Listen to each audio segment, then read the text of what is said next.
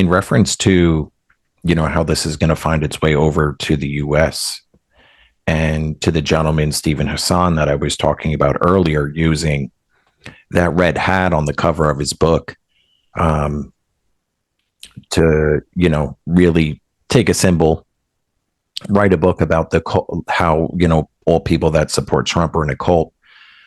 It's really interesting because if you, I was taking a look in terms of Nazi Germany. There was a guide, the guidebook that you were talking about earlier, the Handbook for Combating Sects, right? This was in 1938 with the assistance of German anti-cultists. It was a guidebook that essentially was used to take any of these people that went against the grain in their eyes and create strategies to attack these people. And it's literally called the Handbook for Combating Sects, right?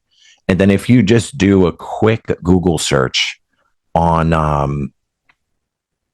the Handbook for Combating Sects, right, and try and find a copy of it, the very first link that comes up is Stephen Hassan, Combating Cult Mind Control. And that was completely by coincidence that wound up happening. I was actually looking for the original version of the Nazi Germany one, and then Stephen Hassan's name pops up. So we start to make these connections on how this anti-cult organization is penetrating the minds of all individuals, including people in the United States. And I think a really good point that was brought up in the Impact documentary is Yeah. when you start to use these methods of dehumanization, right? And you start to build these narratives, these false narratives that turn society against one another. That's how you start to destabilize society.